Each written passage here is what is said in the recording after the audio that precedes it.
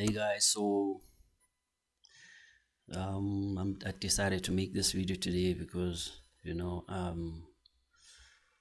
needed to vent, man, about something that's been bothering me for some time now. You know, I'll just begin by saying, like the reason why I'm speaking so low is because my neighbors can hear, like they cannot hear, but if I speak loudly, they will start to hear what I'm talking about. And these are my inner dark thoughts. And I thought I would share this on the internet. Maybe somebody would like see it. And maybe if somebody is in the same situation as me, they will start to speak up. And yeah, that's the reason why I'm doing this. So I discovered, I think maybe like 3 years ago, not 3 years ago, longer than that, but I'm not sure, man.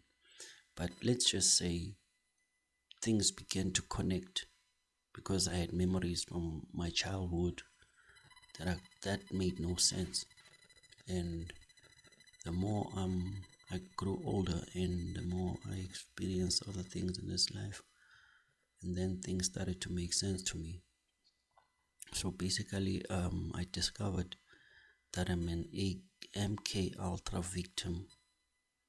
My family has been hiding that from me, and I had a breakdown. Usually, like MK Ultra victims, they have a breakdown when they reach the age of 29 and 30 years old. So I had something similar to that when I was 29, 30 years old. But when that happened, I was already into reading the scriptures and that kind of and I had a girlfriend that was loyal to me, and she stuck by my side. So she helped me a lot, you know. So right now I'm 33 years old. I'm about to be 34. Um, Earlier on, I called the suicide hotline here in my country. Nobody picked up, and I thought, like I already have like a setup to like record videos on YouTube, and I have this channel, and nobody like really gives a damn about me in my family like that, because I think they are all know what is going on, because I can remember my aunts saying, yeah, before my grandmother's the one that did this shit to me, you know. I'll just be honest.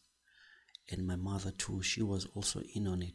But I think she's also a victim, but I think she was trying to hide things of she wasn't so honest to me, man. She always used to look at me in a certain way. And it kind of like connected when I got older. And yeah, like I'm gonna continue making these videos. If I see that um there's a following or some people that like the content, then I'll continue making these sorts of videos. Maybe I'll tell you guys more about my life, and depending on the comments, obviously, if people are like interested, then I'll speak more about it. But currently, like I'm still in contact with my girlfriend, but she doesn't really understand what's going on with me, because I moved away from where I was born and where I was raised, because of some other developments that happened in my life. It's kind of like there's a big world that my country isn't talking about, and I'm sure I'm not the only one. But some of these people, they don't know what the fuck is going on around them, and if I speak, I would definitely be like a national security threat, to the government. So I'm just gonna make this first video, and maybe I'll make a second one tomorrow, and maybe I'll make a third one the other day. But I need someone to talk to, and I have nobody right now to talk to. And I don't want to be assigned to a psychiatrist, because I think if if I'm honest, and I go maybe to like the police, some of the police, the superintendents or whoever is like running the police department, some of those people are put there as agents to oversee and to check if there's any irregularities. And if someone like me comes up and says, hey, this is ABC, this is what happened and what happened to me, then I think like they would arrest me quickly and I would be taken to one of those crazy people clinics or something like that, or hospitals. So I'll just give you guys a rundown of what the fuck happened in my life, right? So when I was growing up, right, from age 0 until age 12, that's when I had my grandmother in my life. My grandmother is a traditional healer. If you know about South Africa, then you'll know what I'm talking about. She's a witch. You know what I'm saying? She was a witch. She passed away when I was 12 years old. And I can recall when she passed away, one thing that I will never forget is that she passed away on the 23rd of September 2003. So in my mind, I always wondered, why were the numbers like 23? Obviously 2003 is another 23, but with 2 zeros in between, and September is the ninth month. But I didn't take note of the September, right? I only took note of the 23, which was the date, and the other 23, which was the year, which is 6/6. And then September is the ninth month. I think it's the ninth month. So that was 696. That's when I was growing up, because I will never forget that day, because I just, as a kid I was always curious and I was always into numbers. I'm still good at mathematics even till this day, and even at physical science, all the hard subjects, I'm good at that. But when she passed away, I never understood. I just never understood those numbers, what they meant.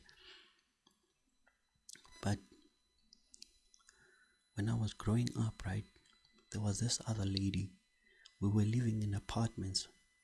So in our apartment, we had a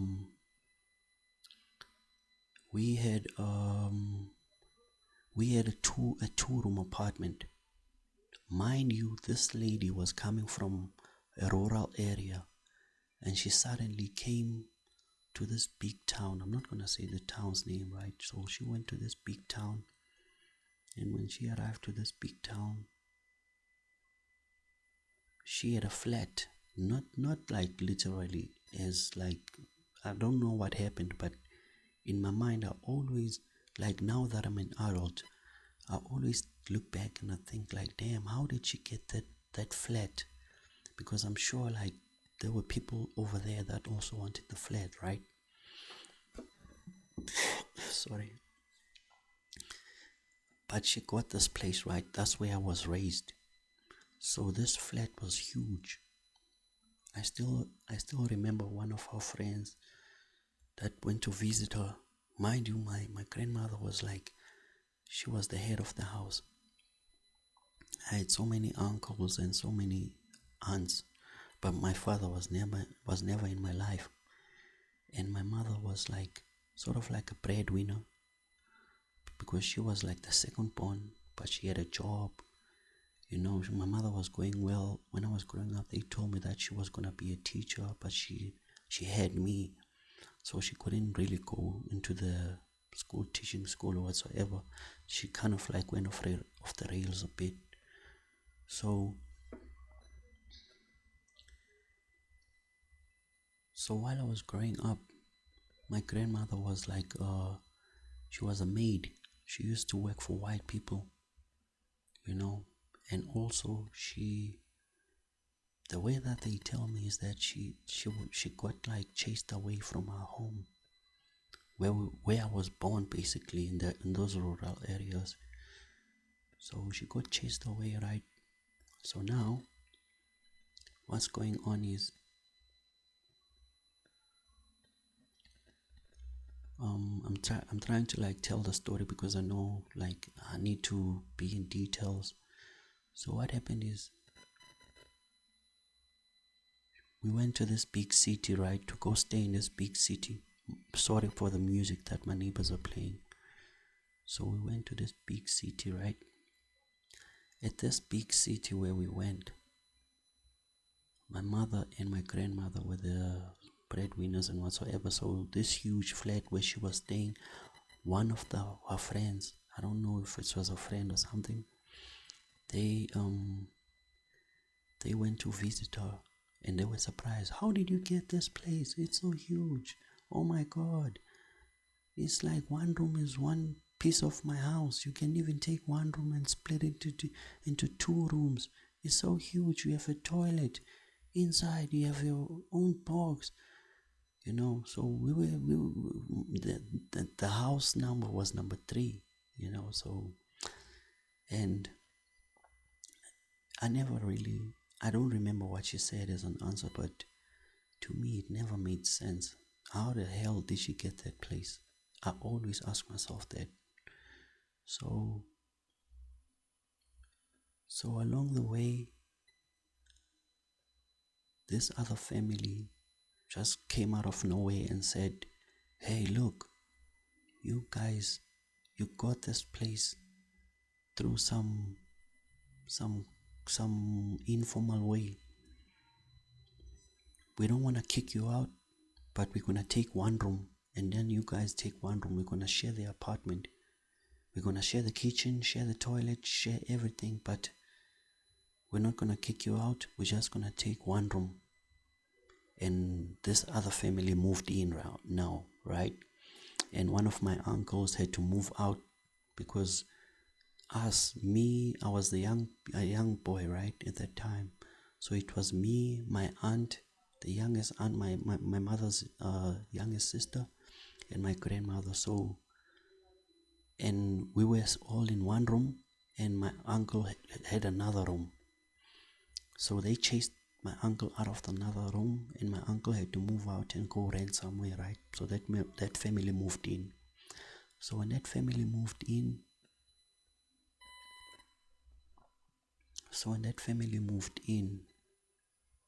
I remember one day, that lady was strict when that family moved in, because I remember I used to like stay outside until 12 or maybe 11 p.m. at night playing with the other kids in where I was staying, and we were not so under strict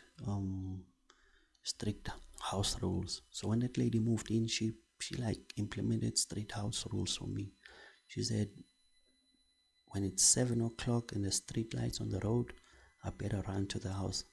She was old school. I didn't like it at the beginning, but now that when I look back, she kind of like, she saved me. She was a godsend.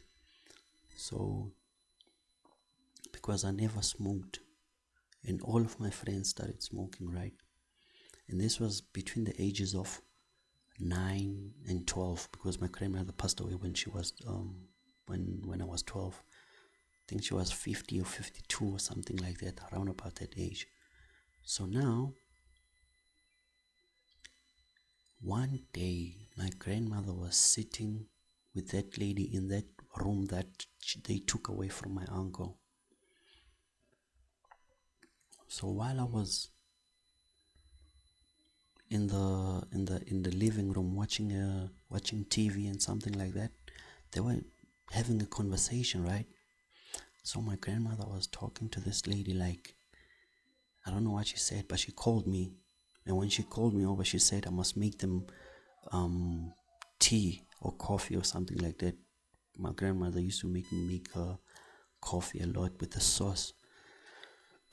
So I made coffee for both of them with some milk. And then as soon as I was about to run to the living room to go finish a program on TV that I was watching, suddenly my grandmother said something I'm not sure if you guys have ever seen Manchurian Candidate. When she said whatever she said, I froze. My body froze. And then when I turned around, I don't know what happened to me. But like these memories are still at the back of my mind. Because I was still there as a person, but I was not in control of my body. So I remember waking up in the morning and I had paper on top of my head, and I must have slept in that lady's room, the one that moved in, and she prayed for me a lot, and she was praying and praying and praying for me, because I do recall that, because I woke up, because I had like a blackout, and then I woke up. Mind you, I'm a kid, I'm maybe 10 or 11 years old, but my mind is collecting memory at that point. So I wake up, this lady, I don't think she told me what happened, but as time went by, right, I still questioned myself about that memory, like what the fuck happened that day. And then that lady moved out, okay, cool, she moved out. My uncle came back into the house. Then we had another family, right, that was friends with my family. The oldest son of that lady that was friends with my family, that dude was gay. I still remember till this day, because he used to be funny, man. I never understood him. Okay, cool. So I just think I'm gonna drop this video. I'm gonna leave it there, and then maybe I'm gonna make another video in the week, or maybe tomorrow morning, or maybe later on this afternoon, because I see other people talking on YouTube, but they don't talk about from first-hand experience. They talk from like a third person, and like I feel like somebody has to speak about this from first-hand experience. Yeah, so I'm an MK Ultra victim, and the other thing that I know that I'm an MK Ultra victim is that before my grandmother died, I think I was about 10 years old or something, and there was this guy in our neighborhood who was a soldier. So this guy was a soldier, right? My grandmother went to talk to him. I saw her talking to this guy. Mind you, this guy, he just knew me as a normal kid playing in the street with his nephews, because he didn't have a son. His son was old. Oh yeah, we used to play with his son too. But his son was older than us. I was more like the age of his nephew, right? Then I used to go there and look for my friend. Like, hey, where is this guy? No, he went over there. You must go look for them. And then we would go and play, kids play. We play in the streets, football, whatever we playing, hide and seek, whatever. Then this one day, my grandmother went to go speak to this guy. And then suddenly, he called his nephews and then told them, hey, stay away from that kid. Don't play with that kid again.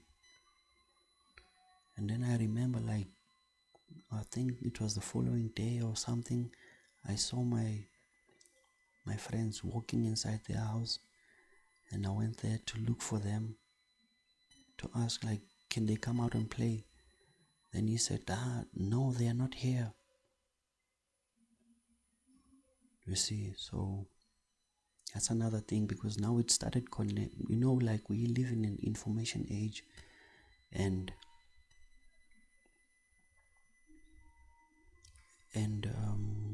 the times that we live in, you can gain access to a lot of information very quickly. So yeah, it disappointed me, but what can I do at that age, right? But these are like things that happened along the way, and And when they happened, I didn't understand. But now I'm older, right? So I understand now. And the other thing is this, like, my grandmother was a witch, right? It doesn't matter, bro, whether it's a good witch or a bad witch. A witch is a witch. You know what I'm saying? People playing with magic, those are witches. You are a witch. It don't matter you're good, bad, or whatsoever. You are a witch. You know, I have that belief in my mind because when I was growing up, they used to say like my mother is a good witch. She's a witch doctor or something like that, a traditional healer. But the things that she did to me, my bro, like, not good, bro. They are not good. Because I believe that I was molested, you know, before I even turned one. Because I remember growing up and my mother used to tell me, when you were born, your grandmother came to fetch you. And then you don't even know about breastfeeding. That's what my mother used to tell me. You see, so I used to ask myself, like, what the fuck does she mean by that? But I think like she took me somewhere and she was praying to her whatsoever, to these spirits, and she was summoning those spirits on me. Now I'll go back to that story about this other family friend of ours who was old and he was gay. So they tried to turn me into a gay man. You know, like, I'll speak more about this if any of you guys want to hear how they wanted to turn me. But basically, like, I think before I even turn 1 or 2, I think they were molesting me, you know. And I think my mother knows. My mother's still alive. I think she knows everything about what I'm talking about.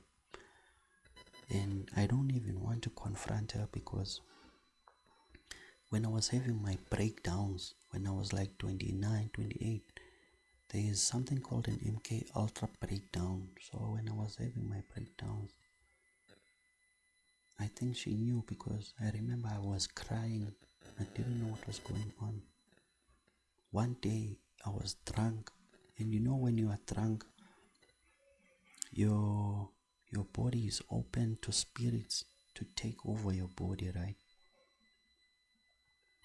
So one time I started crying and my girlfriend didn't know what to do. Then suddenly my mother stepped into the house. Then I didn't know what was going on with me. Then my mother, she just said, it has started. Whatever had started, she just said it has started, and then she just walked away. To me, I'll never forget that day because I didn't know what she was talking about. But she just walked away, you know. But then, you know, like, through the grace of God, I found out a lot of things, you know. And then I will also speak about the imagery and things that my grandmother used to put up at the house, you know, because she used to put up a lot of things at our house. And then one of those things that she used to put up a goat's head just as you enter my house. You will see a goat's head, you see, and before you just walk past that, and then I kid you not, there is a house. As I came into the truth and started realizing these things, there's a house that I pointed out to this other girlfriend of mine, and I said, look, you see that house over there? Those people there inside that house, they are practicing witchcraft. And I kid you not, the house was on Google Maps. Suddenly the house disappeared. I mean, it was blurred from Google Maps. You could no longer see that house. The other houses you could see on that street except for that house. But that was, I don't know if it's a coincidence or not. You know, like I don't even trust anyone right now. Even my girlfriend that I'm talking about, like I kind of don't even trust her. Even like right now, before I make this, I'm recording this. I just called the suicide line. You know, I wasn't going to share what happened in my childhood, but if I spoke about it, I think someone would come for me, because I didn't approach my family to say to them, this is what's happening to me. I didn't approach my mother to confront her. I just distanced myself from my family, because I think like they know, you know, that I know, but they don't know how much I know. But I'm just gonna spread this information here on Google, on YouTube. Hopefully you guys hit me up if you wanna know more. And I don't know, man, I'm not doing this for fame. You're not gonna see my face, because hopefully some of you, if you recognize my voice, you don't snitch on me and, you know, and reveal my name and surname. I mean, I've already deactivated my Facebook, but a lot of people don't know, man. And someone like Kanye West, someone like Britney Spears, someone like that guy, Tom. No, man. There's this movie that was acted by. If you wanna know what I'm talking about, go watch a movie by Denzel Washington. It's called The Manchurian Candidate. It came out in 1990 something, 1991 or 1992. That movie is like, it speaks exactly about what happened to me. You see, I feel like I'm that guy there that approaches Denzel Washington with drawings. If you watch the movie, I'm almost like that guy that approaches Denzel Washington with drawings. But the thing is, I know what the drawings mean. I know exactly, because that's why I'm so grateful to God. But I've been suffering, man. Like I'm suffering every time, you know, because I feel like there's people that are gang stalking me. There's people that are watching me, you know. I'll make an example, right? I moved away from where I used to stay. I moved far to a very far place. And suddenly when I moved to that far place that I'm talking about, the first person that I meet stays maybe like 6 doors away from my house. That person is someone from my old neighborhood. You know, someone that has a family member that is also a big witch where I was staying. So I feel like I'm being watched. So, but I'm just gonna share these videos here, and hopefully, man, I can speak to some of you guys. You know, I'm traumatized right now because my social life has been destroyed. You know, I don't really have a social life like that. I feel like my grandmother got killed because she was supposed to do something with me, you know.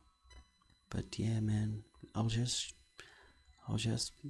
finish up this video, and then I'll upload it, and then I'll just keep talking about my life experience and things that I know. Alright, man, peace.